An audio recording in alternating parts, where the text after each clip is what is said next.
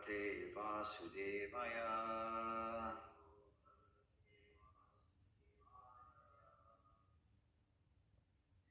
We're reading from the Srimad Bhagavatam.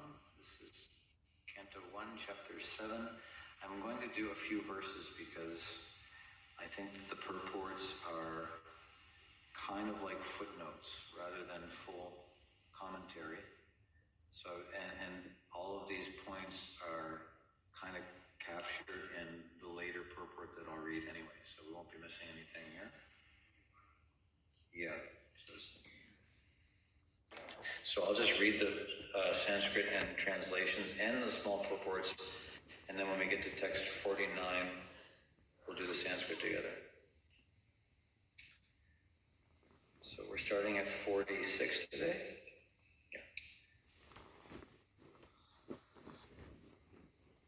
Tatarmagya Mahabhaga Bhavadbir Gauravam Kulam Virginam Nahati Praptum Pucham Vandyam Abhikshna Saha. O most fortunate one who knows the principles of religion, it is not good for you to cause grief to glorious family members who are always respectful and worshipable. Purport.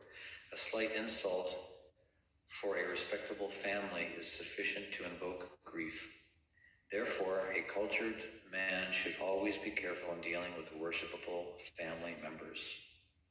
Text number 47. Marudit asya janani gotami pati devata ita amrita vatsarta rodim yasrumukhi muhu.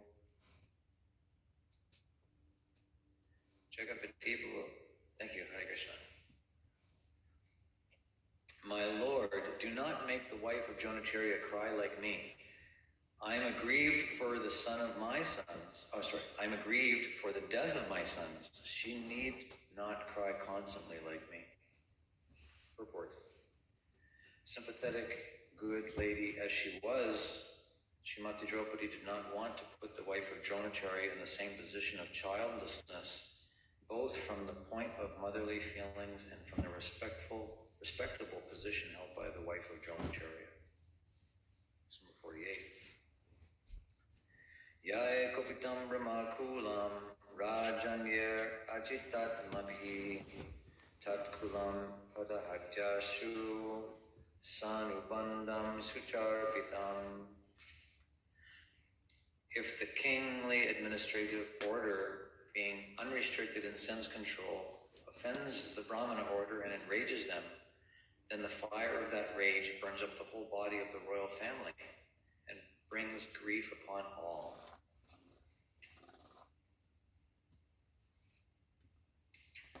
Purport. The Brahman order of society, or the spiritually advanced caste or community, and the members of such highly elevated families were always held in great esteem by the other subordinate castes, namely the administrative kingly order, the mercantile order, and the laborers. Text 49. Please repeat. Sutta uvacha dharmyam nyayam sakarunam nirvyalikam samamahat raja dharma sito ragya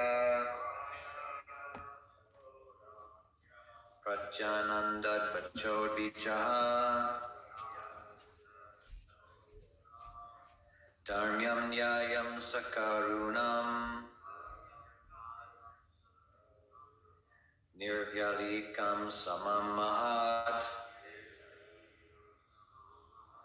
Rajadharma Sito Ragya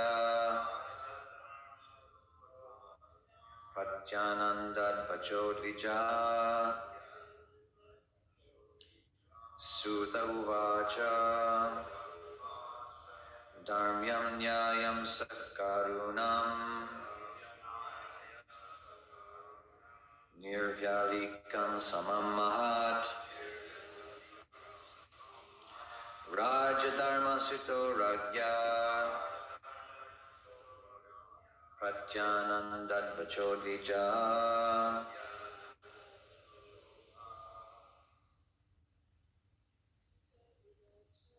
Sutta uvacha. Dharmyam nyayam sakarunam. Nirvalikam samam mahat. Raja dharma sito ragya. Pratyanandadvachodvija. Sutta uvacha. Dharmyam nyayam sakarunam. Nirvalikam samam mahat. Raja dharma sito ragya. Pratyanandadvachodvija. Sutta uvacha. Dharmyam nyayam sakarunam. Nirvalikam samam mahat. Raja dharma sito ragya. Pratyanandadvachodvija. Sutta uvacha. Dharmyam nyayam sakarunam. Nirvyalikam samam mahat. Raja dharma sito ragya. Pratyanandadvachodvija. Mother Radhika, does it chant? Yes. Dharmyam nyayam sakarunam dirvyalikam samam mahat Raja dharma sito rajinayaha Pratyanandadvacho dvijaha. Nyayam sakarunam nivyalikam samam mahat Raja dharma sutto rajanyaha Pratyanandadvachodvijaha. Sutta uvacha dharmyam yam sakarunam nirvalikam samam mahat Raja dharma sutto rajnyaha pratyanandadvachodvijaha. Dharmayam nayam sakrunam nirvayaklam samam mahat Rajadharma suto rajnaya pratayanandan vacho devaja. Sutta Goswami said, Dharmyam, in accordance with the principles of religion. Nyayam, justice. Sakarunam, full of mercy. Nirvyalikam, without duplicity in Dharma. Samam, equity. Mahat, glorious. Raja, the king. Dharma Sutta, son. Ragyaha, by the queen. Pratyanandat, supported. Vachaha, statements. Dvijaha, O Brahmanas. Translation, purport by His Divine Grace A.C. Bhaktivedanta Swami Srila Prabhupada Ki Jai. Sutta Goswami said, O Brahmanas, King Yudhisthira fully supported the statements of the queen, which were in accordance with the principles of religion and were justified, glorious, full of mercy and equity, and without duplicity. Please repeat. Sutta Goswami said, O Brahmanas, King Yudhisthira fully supported the statements of the queen, which were in accordance with the principles of religion and were justified, glorious, full of mercy and equity, and without duplicity. Purport. Maharaj Yudhisthira, who was the son of Dharmaraj, or Yamaraj, fully supported the words of Queen Draupadi in asking Arjuna to release Ashwatthama. One should not tolerate the humiliation of a member of a great family. Arjuna and his family were indebted to the family of Dronacharya because of Arjuna's learning the military science from him. If ingratitude were shown to such a benevolent family, it would not be at all justified from the moral standpoint.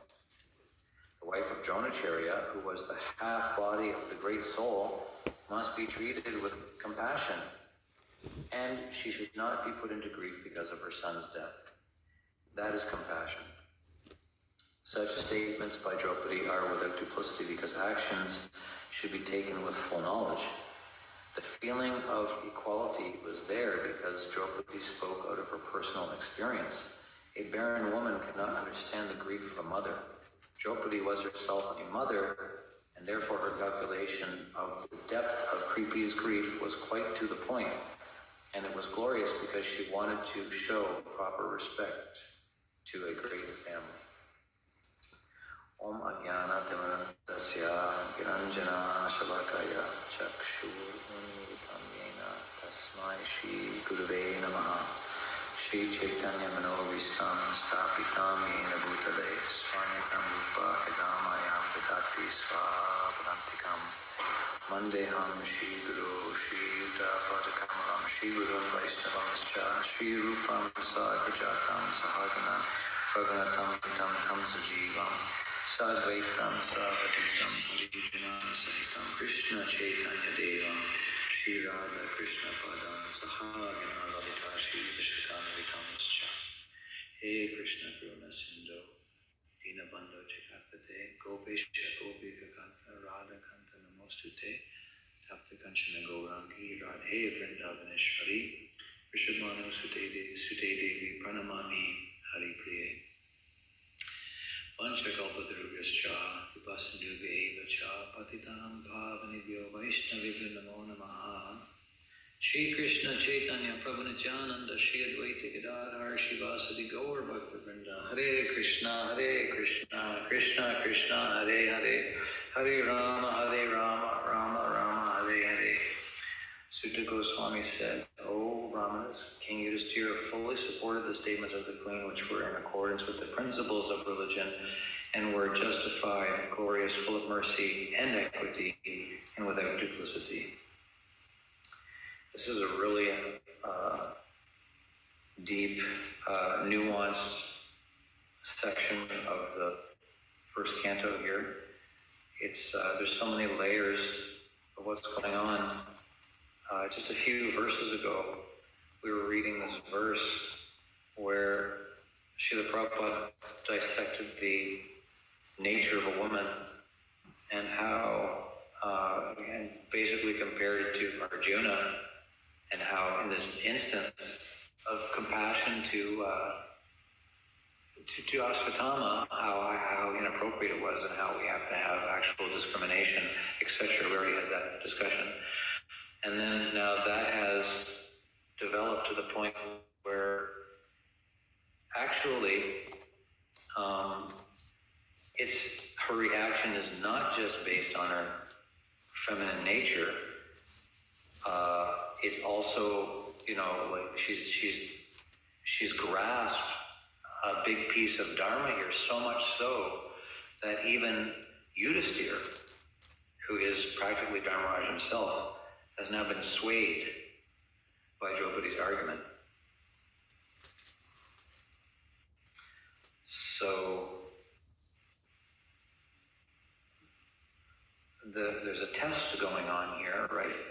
And it was the verse that we did last Friday, actually. Prabhupada comments about how Arjuna, so when Arjuna captures Ashwatthama, and then Krishna, urges him to lop his head off on the spot because that's what he had promised to do. And then Arjuna hesitates. And so in that moment, Prabhupada's saying now there's an outward test going on. In the purport, Prabhupada says Krishna is testing Arjuna outwardly because there's two tests going on. One is the outward test, and the other is more of an inward test. In that purport, Prabhupada paralleled, that purport, the theme was how devotees are always tested, and when they're tested, they always rise to the occasion, and then they kind of shine in a particular way. And he gave the example of Prahlad, the gopis, and there was one other. I don't remember what the other. Dhruva Maharaj, yeah. And so, on one side, we've got a test where the principle of Dharma is being questioned. Like, what is the actual Dharmic thing to do here? And on the other side is, what does Krishna want? And those, are not always the same thing. And so it's really subtle.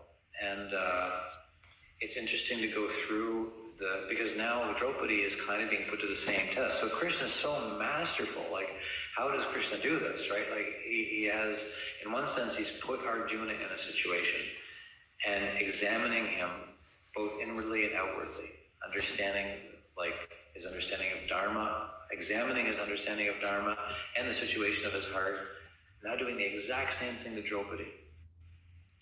So it's really interesting, right? And so she also is passing the outward test here, that there is a dharmic principle to be observed.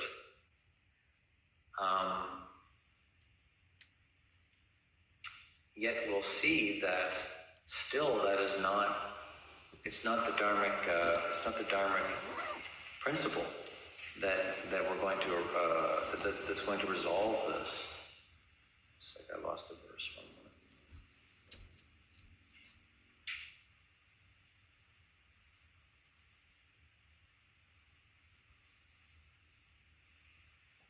Yeah, so it's interesting because Prabhupada says such statements by Draupadi are without duplicity because action should be taken with full knowledge. For her to act based on her grief and her sense of needing justice for the massacre of her children, would have been duplicitous if she had have neglected the other voice in her heart, knowing what it's like to be a woman who has lost her children, and now she's thinking of Kripi, who's now about to lose, or seemingly about to lose Ashwatthama. And so she couldn't negate that knowledge of the grief that a mother feels. So for her to go ahead and just insist on having her justice, in this case, would have been duplicitous because there's something else that wasn't fully considered. And see, there's so many layers here. There's so many subtleties that are going on in the situation. It's really fascinating. And how, and that happens sometimes when Krishna creates a scenario, it's like it becomes impossibly thick with, circumstance and, the tests and maybe we experience this in our own lives as well, right? Not to the degree that we're talking here, maybe, but we sometimes feel the pressure, and we might not even be able to put our finger on what the pressure is. We have to act a certain way. We have to make a decision. We have to do something. And I think that's kind of an underlying theme that's going on through this pastime, is that there is a call for action here. There's a big call for action. There's like a scenario that needs to be resolved. So we have those kind of scenarios in our own life, right? That may not be, we might not have countered a Brahmastra or everything else that has transpired in all of this, but we feel the pressure, and under that pressure we act, we say, we do something, and it's somehow or other, especially surrender to Krishna. Sometimes it's Krishna, has situated us in layers of circumstance and layers of things that need to be considered. And we can see here that to navigate through this situation takes quite a pure heart to go through this particular situation to arrive where they eventually do. And so, we get in our own situations and we may have a pure enough heart or we may not, to navigate through these things. The point I wanted to kind of focus on is how acute is the examination of Dharma in the situation. We've got Yamaraj actually present, and in the form of Yudhisthira. And these are all pure devotees. If anybody is going to understand Dharma, then it's in this circumstance, and it's very the Dharmic principle has been very clearly identified. And still it's not good enough. Still it's not good enough, because Dharma isn't good enough alone.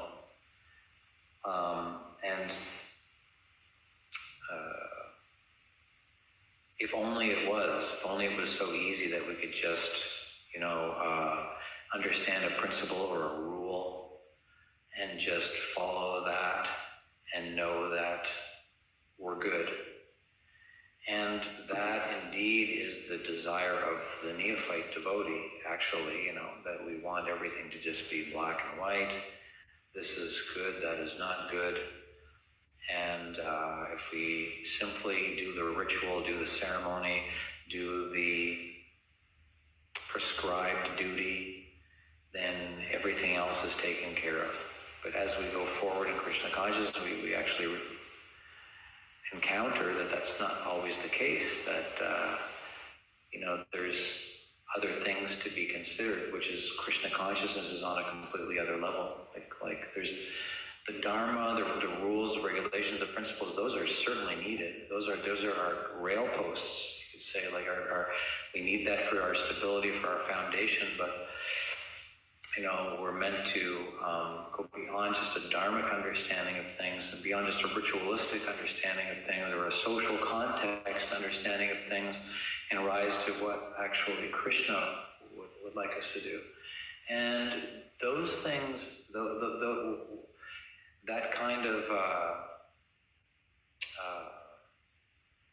so Krishna consciousness transcends the rigidity, the atmospheric rigidity of just Dharma alone. Does that make sense? Sometimes a temple can have almost an atmospheric rigidity where everything is very, very and it can be very comfortable in that sense, where when we come here, there's an expected, everything's expected and predictable, you could say. But it's just not like that, it's not like that in Krishna consciousness. Everything is not predictable.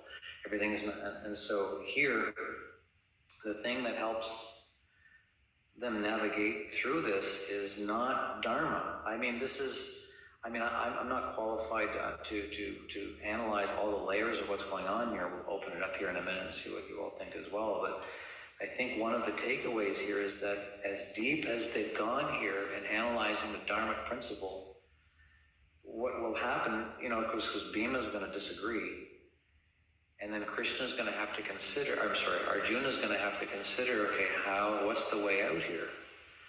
And it's not just his dharmic understanding that takes him through. It's like his because he's a pure devotee, and he can be the instrument of Krishna. That's the point. We can act, we can transcend, not on our own strength, not on our own discrimination, but by somehow making ourselves qualified to be instrumental in Krishna's will. If we can somehow purify our heart to that stage where we just become a utensil for Krishna, if we just become an instrument, then we feel Krishna's will moving through us. Perhaps that's experienced in like in the Sankirtan Yajna, of course, right? Like book distribution sometimes, somebody may be trying to convey, trying to connect with another soul, and what kind of, who are we to even attempt that, right? Like it's souls that have been, including ourselves, loitering in the material creation since time immemorial, and what kind of mystic power does it take to connect from one soul to the other? Sometimes a book distributor may find words coming out of their mouths that they didn't even expect.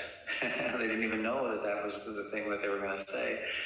And so somehow placing oneself in the hands of Krishna, then an unexpected, unpredictable realm of Krishna consciousness opens up that is way beyond the realm of dharma and ritual and ceremony and things like that, right? Krishna consciousness is so super dynamic and unpredictable and blissful and ecstatic. And it's not that we neglect, like it's not like they're neglecting dharmic principles here, deeply considering it, deeply trying to tally everything. But at the end of the day, how does the situation get resolved? It's quite complex. All these things are taking place, because Arjuna is so intimately connected with Krishna, he can somehow surrender in a way that allows his thought process, his actions, words to just be actually Krishna, just moving through him to resolve the situation in a way that's pleasing to everybody. And to get to that state of Krishna consciousness is actually possible even today because of the Sankirtan Yajna. This is a very, you could say, remarkable pastime because it's Krishna's personally present, like with his associates. So it's like having a glimpse of the spiritual world. These are not regular conditioned souls. These are Krishna's intimate associates, and they're navigating a situation here, and the end result is very glorious.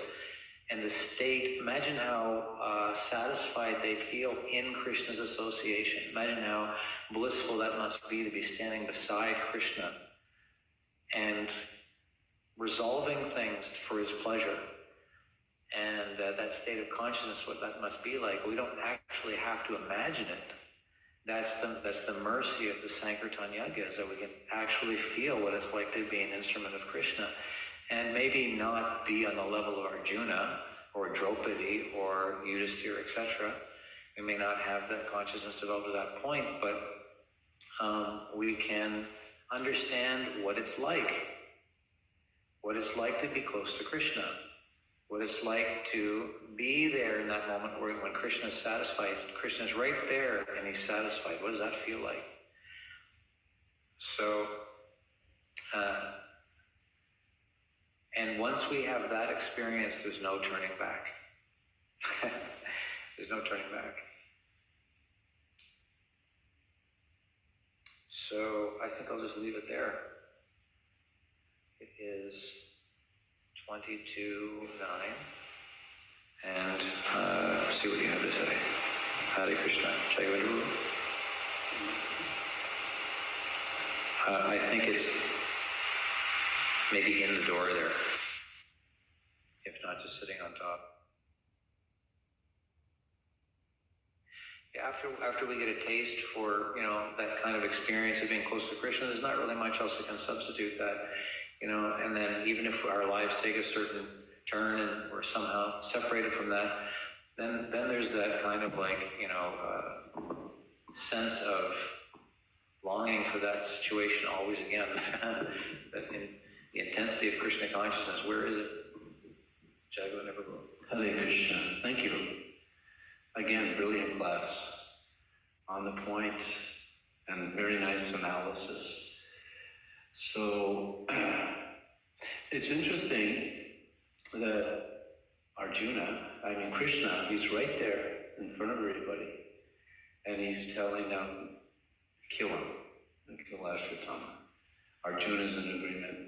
Bhima's certainly in agreement. And then Draupadi, a mere woman,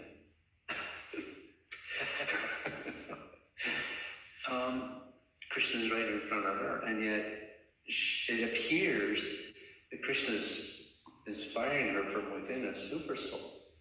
And she comes up with the proper dharmic situation. And you were talking about the atmosphere being rigid. And this whole thing is a classic example of Niyamagraha. Rupa Goswami's Nectar of Instruction, second verse, Atyahara Parashasha, Prajapa, Niyamagraha. Niyamagraha means, not following rules and regulations, but it also means just following rules and regulations in a rigid manner. And this seems to be what this discussion is like. It's like, on the one hand, these are the proper rules. These are the, anyway, I saw that particular aspect. It's like, and the fact that the amazing thing is that Draupadi comes up with a perfect solution, and of course, being a woman and have to be respectable to a respectable family and so many different reasons.